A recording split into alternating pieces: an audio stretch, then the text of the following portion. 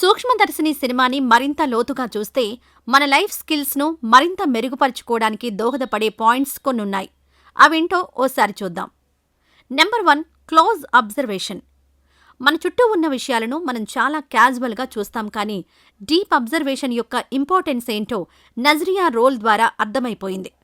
చిన్న చిన్న వివరాలు కూడా కొన్ని సందర్భాల్లో అన్ఎక్స్పెక్టెడ్ ఇంపాక్ట్ని చూపిస్తాయి.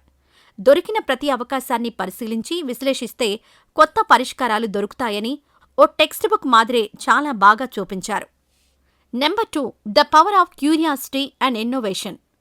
కొత్త విషయాలు తెలుసుకోవాలనే కోరిక లేదా తెలుసుకోవాలన్న తపన లేకుంటే మనిషిని నిద్రపోనివ్వదు. ఈ విషయంలో నజ్రియా అసలు విషయాన్ని కనిపెట్టడానికి చేసే ప్రయత్నాలన్నీ అలాంటివే.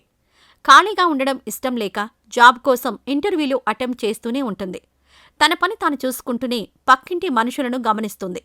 అందరిలా పక్కింటి విషయాలు మనకెందుకు, మన ఎదుగుదలకు ఏమైనా తోడ్పడతాయా అని అనుకుంటాం, కానీ నజ్రియా పరిశోధన దృక్పథం చాలామంది మెదళ్లను మెరుగుపరచడానికి ప్రధాన కారణమైంది. మన సమస్యల్ని క్రియేటివ్ ఐడియాస్తో ఎలా పరిష్కరించాలో నేర్పించింది. ఆసక్తి, అన్వేషణ, ప్రశ్నలు అనేవి మన ఆలోచనల్ని, పర్సనాలిటీని ఎంత శక్తివంతంగా మారుస్తాయో నజ్రియా క్యారెక్టర్ ద్వారా బాగా చూపించారు. Number 3, social responsibility. మన ప్రయత్నాలు కేవలం మన వ్యక్తిగత ప్రగతి కోసం కాకుండా సమాజానికి ఎలా ఉపయోగపడతాయో ఆలోచించాలి. సూక్ష్మదర్శిని సినిమా మోరల్ కూడా ఇదే. నజ్రియా ఇంటర్వ్యూలో ఉన్న టైంలోనే ఆమె ఫైట్ చేస్తున్న దానికోసం చాలా రిస్క్ చేస్తుంది. చాలా ఎఫర్ట్ పెట్టి మరో ప్రాణం పోకుండా కాపాడగలుగుతుంది. మనం ఒకరికి జీవితాన్నివ్వడం, కాపాడడంలో ఉన్న కిక్కేంటో సూక్ష్మదర్శిని చూపించింది. Number 4, patience and Perseverance. మనం శోధించే విషయంలో విజయం సాధించాలంటే అనేకసార్లు విఫలమవ్వాల్సి ఉంటుంది. ఆ ఫెయిల్యూర్స్ని ఫేస్ చేయాలంటే పట్టుదలతో పాటు సహనం కూడా ఉండాలి. ఇది నజ్రియాలో కావలసినంత ఉంది కాబట్టే తన హస్బెండ్ అండ్ తన ఫ్రెండ్స్ చివరిదాకా లేకపోయినా ఓర్పుతో ఎదుర్కొని ఒంటరిగా నిలబడి పోరాడింది. సహనం, కృషి, పట్టుదల ఉంటే జీవితంలో ఎప్పుడూ ముందుకు తీసుకెళ్తాయనే మంచి స్కిల్ను చూపించారు. Number 5, social media. ఇక్కడ సోషల్ మీడియా అంటే 4 రీల్స్, 2 షార్ట్స్ కాదు. మనకు అవసరమైన అవతల వాళ్ల ఇన్ఫర్మేషన్ను, యాక్టివిటీని తెలుసుకోవడం కూడాను.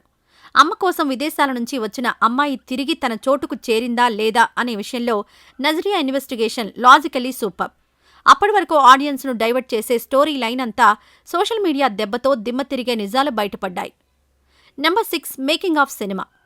ఫైనల్లీ మేకింగ్ పరంగానూ సూక్ష్మదర్శిని సినిమా చాలా నేర్పించింది. చాలా వైలెంట్ కథని నాన్ వైలెంట్గా చెప్పడం, అవసరమైన చోట తప్ప అనవసరంగా భయపెట్టకపోవడం, locations and camera work, lighting వాడకంతో పాటు యాక్టర్స్ అందరూ పర్ఫెక్ట్గా సెట్ అయ్యారు. మంచి పర్ఫార్మెన్స్ ఇచ్చారు. అతి తక్కువ బడ్జెట్తో 50 కోట్లు వసూలు చేయడం అంత తేలిక?